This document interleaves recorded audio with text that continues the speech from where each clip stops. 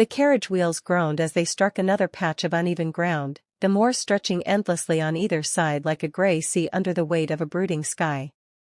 Clara Whitmore pulled her shawl tighter around her shoulders, though the chill seemed to seep through fabric and bone alike.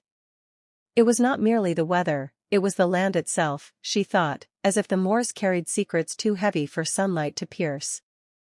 The driver, a gaunt man with a crooked hat, had scarcely spoken since they left the village. When she had mentioned Blackthorn Manor, his face had gone pale. He'd spat twice over his shoulder before flicking the reins, muttering something about ill-fated souls. Clara had not pressed him. In her line of work, superstitions came with the territory. She was a historian, not a ghost hunter. At least, that was what she kept telling herself. Yet, as the carriage creaked toward the looming silhouette ahead, even her rational mind faltered. Blackthorn Manor emerged from the fog like a memory half forgotten. Its towering gables clawed at the sky, and its windows, dark and vacant, watched the approaching carriage with an air of expectation. Clara's pulse quickened. She had studied sketches of the estate, read fragments of letters and diaries, yet nothing had prepared her for the sheer presence of the place. The driver slowed, stopping well before the manor's rusted iron gates. "I'll not go farther," he said hoarsely, his eyes darting anywhere but toward the house. Clara frowned. "But the gate?" "Walk from here. Best be leavin' before nightfall." She opened her mouth to argue but stopped when she saw the way his hands trembled on the reins. No argument would change his mind. Gathering her satchel and suitcase, she stepped down onto the damp earth. The driver snapped the reins almost before her boots touched the ground, and the carriage rattled away, swallowed quickly by the fog. Clara stood alone before the gates of Blackthorn Manor. The iron bars loomed tall and rusted, their tips shaped like spears, slick with moisture. Pushing them open took effort, the hinges groaned like something waking from a long sleep. As she entered, the air seemed to grow heavier, the silence around her deepening until even the crunch of gravel beneath her boots felt intrusive. The manor's front doors were tall enough for giants. Their black wood bore the marks of age, splintering, cracking, yet still defiant. Clara fished the old brass key from her coat pocket, one of the few relics the Blackthorn estate trustees had sent her. It slid into the lock with surprising ease. The doors opened with a deep sigh. Inside, the air was thick with the scent of old wood, dust, and something faintly floral, lavender, though so faint it could have been her imagination. She stepped into the grand foyer, her breath catching. A sweeping staircase rose before her, its banister carved with vines and roses, though time had dulled their details. To her left stretched a long hallway, its walls lined with portraits, their faces obscured by shadow. To her right, heavy doors hinted at drawing rooms long unused. Clara set her suitcase down, her heart drumming in her chest. The silence was so complete she could hear the ticking of her own pocket watch. She took a steadying breath. "This is just a house," she whispered aloud. Her voice, small and uncertain, echoed faintly before being swallowed by the vastness. She lit her lantern. Its warm glow pushed back the shadows, but only barely. Her footsteps carried her deeper into the manor. Dust motes danced in the lantern light, disturbed by her movement. She paused at a portrait halfway down the hall, a woman with dark hair swept into a regal knot, her eyes striking even beneath the layers of grime.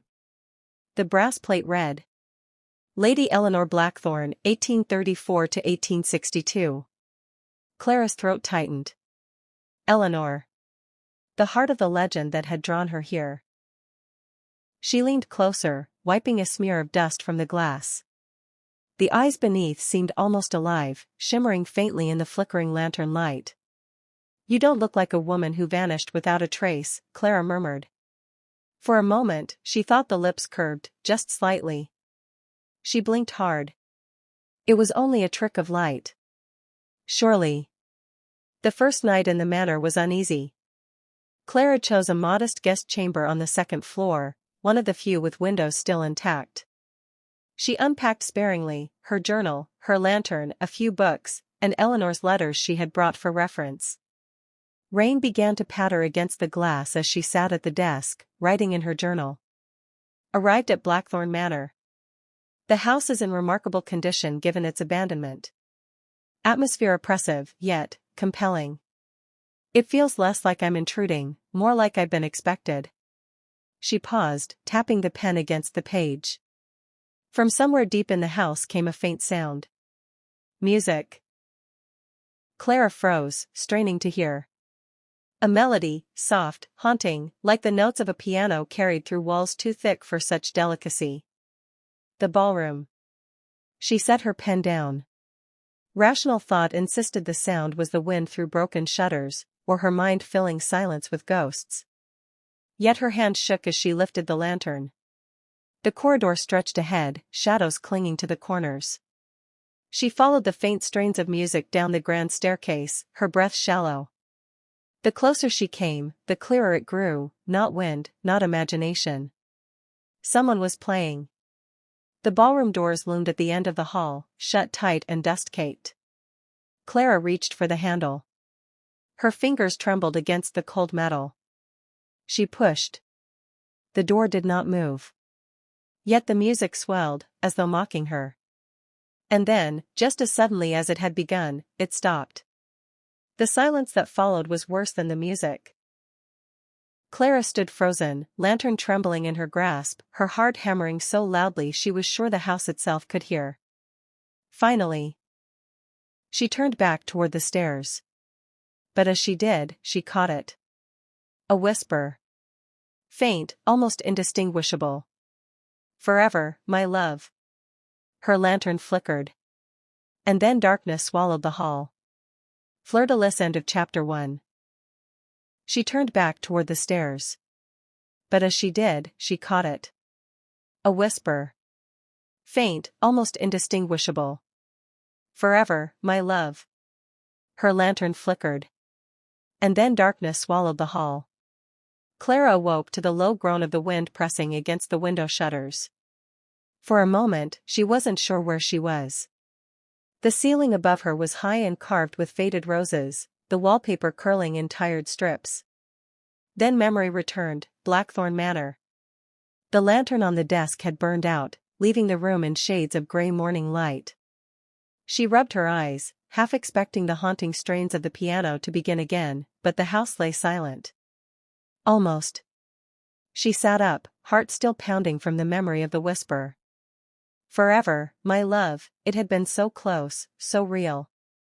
She tried to tell herself it was a dream brought on by exhaustion. After all, she had traveled for 2 days to reach this place. Fatigue could play cruel tricks. Yet her journal still sat open on the desk. In the margin, beneath her careful script, another line had appeared. The ink was fresh, dark, the handwriting unfamiliar. You heard us. Clara's breath caught. She scrambled from the bed, snatching the journal and flipping through the pages. Nothing else. Just that one message. She ran her fingers across it. The ink smudged faintly. It was real. The manor was not merely waiting to be studied. It was alive. Determined not to be rattled, Clara dressed quickly, pulling on her sturdy boots and fastening her hair. She slung her satchel over her shoulder, tucking the journal inside. The kitchen was her first stop. The trustees had promised supplies had been left for her, and indeed she found a crate of preserved goods, biscuits, tea, tinned fruit. She made a simple breakfast, though every creak of the old house set her nerves on edge. By late morning, she ventured into the eastern hallway, the one lined with portraits. Sunlight struggled through tall windows, illuminating dust motes that drifted like spirits in the air. The portraits seemed to follow her as she walked, their eyes too vivid, their lips too close to speaking. She paused before Eleanor's portrait again. The eyes, grey-green, luminous, held her captive. "Did you write in my journal?" she whispered softly. For a heartbeat, nothing. Then, just barely, the faintest sound, like fabric brushing against fabric, came from behind her. Clara spun, lantern raised. The hall stretched empty.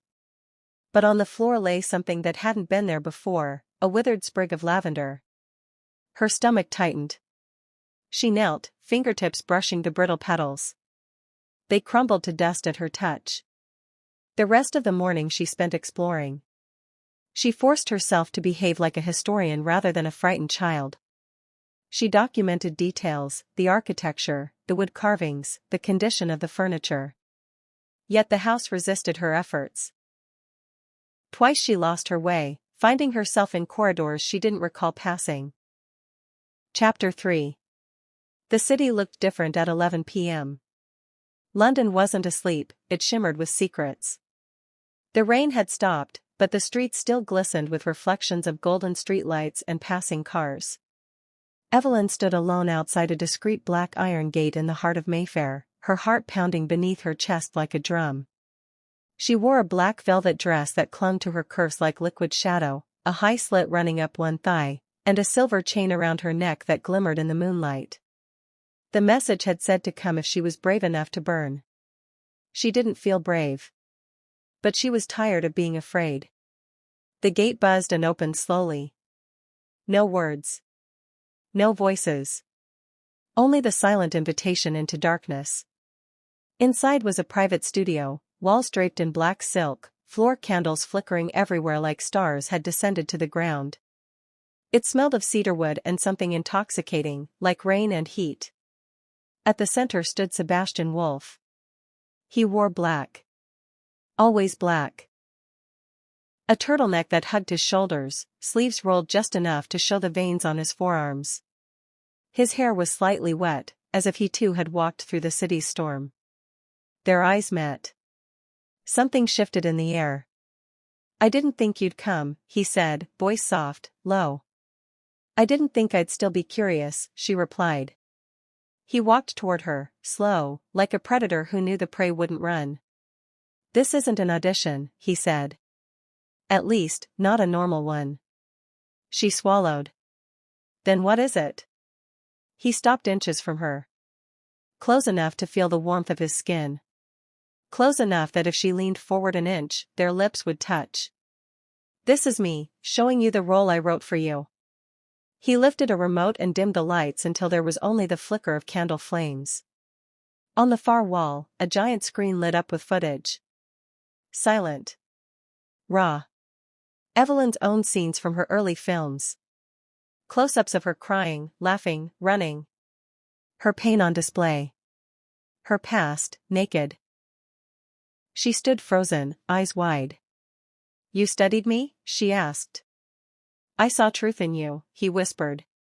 "Real actresses pretend. You bleed on camera. You don't just perform. You live." His words wrapped around her like smoke. "Why me?" she whispered, heart pounding. He stepped even closer. "Because you're already playing the role," he murmured.